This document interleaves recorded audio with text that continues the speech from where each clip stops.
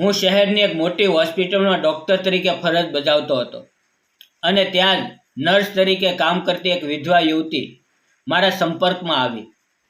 તે પોતાના નાના બાળક સાથે એકલી રહેતી હતી અને દિલમાં અનેક દુઃખો છુપાવીને પણ દર્દીઓની સેવા હસતા મુખે કરતી હતી.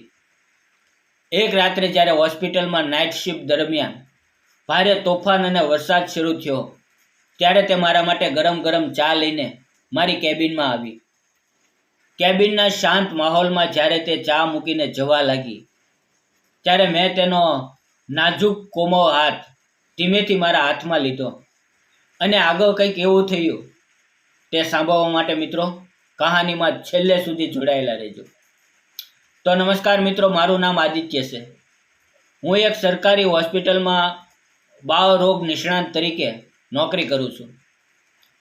મિત્રો, મારી ઉંમર 31 વર્ષની છે. હું હજી કુંવારો છું. થોડા સમય પહેલાં જ મારી બદલી એક નવા જિલ્લાની મુખ્ય હોસ્પિટલમાં થઈ હતી.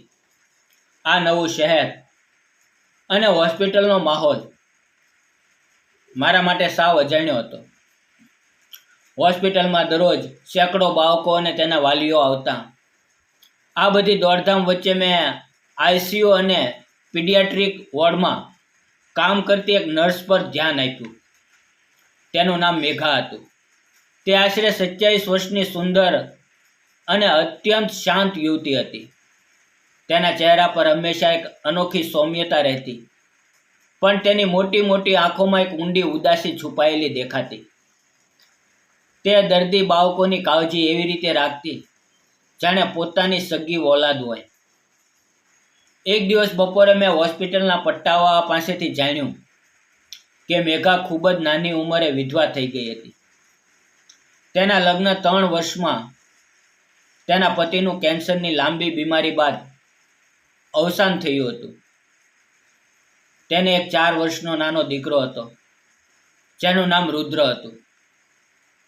પતિના ઈલાજમાં ઘરની બધી જમા પૂંજી વપરાઈ ગઈ હતી અને તેના સાસરિયાઓએ પણ દુઃખના સમયે તેનો સાથ છોડી દીધો હતો.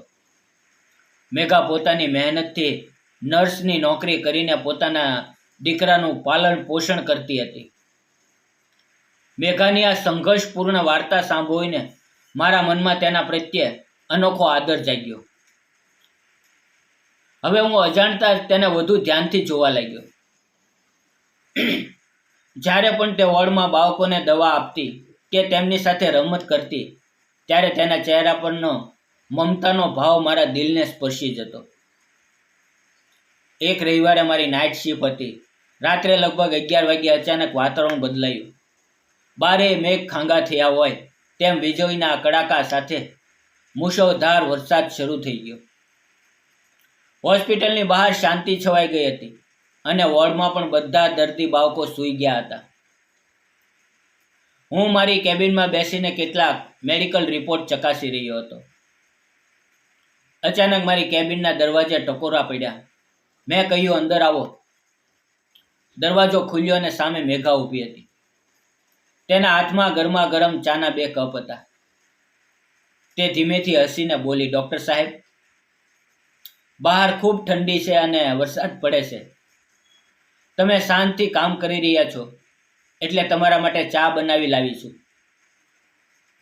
તેના શબ્દોમાં રહેલી આત્મીયતા જોઈને મારું દિલ પીગળી ગયું. મેં કહ્યું, અરે મેઘાજી, તમારો ખૂબ ખૂબ આભાર. તે ચાનો કપ મારા ટેબલ પર મૂકીને પાછી વળવા લાગી. મેં સહેજ રીતે પૂછ્યું, મેઘાજી, આટલા વરસાદમાં રુદ્ર ઘરમાં એકલો હશે, તમને ચિંતા નથી થતી? તે અટકી ગઈ. તેના ચહેરા પર એક અનોખી વ્યથા આવી ગઈ. તે ધીમા અવાજે બોલી, સર, રુદ્રને મારી મકાન માલિક કાકી પાસે રાખીને આવીશું. એ નાનો છે એટલે રોજ પૂછે છે કે પપ્પા ક્યારે આવશે. મારી પાસે એને આપવા માટે કોઈ જવાબ હોતો નથી. આ કહેતા જ તેની આંખોમાં પાણી ભરાઈ આવ્યું. તેની આ મજબૂરી અને અંદરનો સન્નાટો જોઈને મારાથી રહેવાયું નહીં. હું મારી ખુરશી પરથી ઊભો થયો. કેબિનમાં બહારના તોફાનનો અવાજ આવી રહ્યો હતો અને અંદર બિલકુલ શાંતિ હતી. એક ક્ષણે મેં મેઘાનો નાજુક કોમો હાથ ધીમેથી મારા હાથમાં લીધો. મેઘા એક ક્ષણ માટે ચોંકી ગઈ. તેણે પોતાની આંખો મારી તરફ ઊંચી કરી. તેનો હાથ સહેજ કાપતો હતો, પણ તેણે મારો હાથ છોડાવ્યો નહીં. મેં તેની આંખોમાં ગહેરાઈથી જોતા કહ્યું, મેઘા, તું આટલી નાની ઉંમરે એકલી કેટલો ભાર ઉચકે છે. તારા દિલનું આ દુઃખ હું સમજી શકું છું. મેઘા પોતાની આંખો લૂછતા બોલી, ડૉક્ટર સાહેબ, એક વિધવા સ્ત્રી માટે આ સમાજમાં એકલા જીવવું ખૂબ અઘરું છે, પણ મારા દીકરા માટે મારે હિંમત રાખવી પડે છે. મેં તેનો હાથ વધુ મજબૂતીથી પકડ્યો અને મારા દિલની વાત કહેતા કહ્યું, મેઘા, તું ફક્ત એક ઉત્તમ નર્સ નથી, પણ એક અદ્ભુત માતા અને પવિત્ર દિલની સ્ત્રી છે. હું ઘણા દિવસથી તને જોઈ રહ્યો છું. સાચું કહું તો મારા દિલમાં તારા માટે ઊંડો પ્રેમ અને આદર જાગ્યો છે. શું તું મને તારા અને રુદ્રના જીવનમાં સ્થાન આપીશ? હું રુદ્રને પિતાનો પ્રેમ આપીશ અને તને આખી જિંદગી ખુશ રાખીશ. આ સાંભળીને મેઘા સ્તબ્ધ થઈ ગઈ. તેની આંખોમાંથી આંસુનો દરિયો વહેવા લાગ્યો. તે કાપતા ઓઠે બોલી, સાહેબ, તમે એક પ્રતિષ્ઠિત ડૉક્ટર છો. હું એક વિધવા અને એક બાળકની માં છું.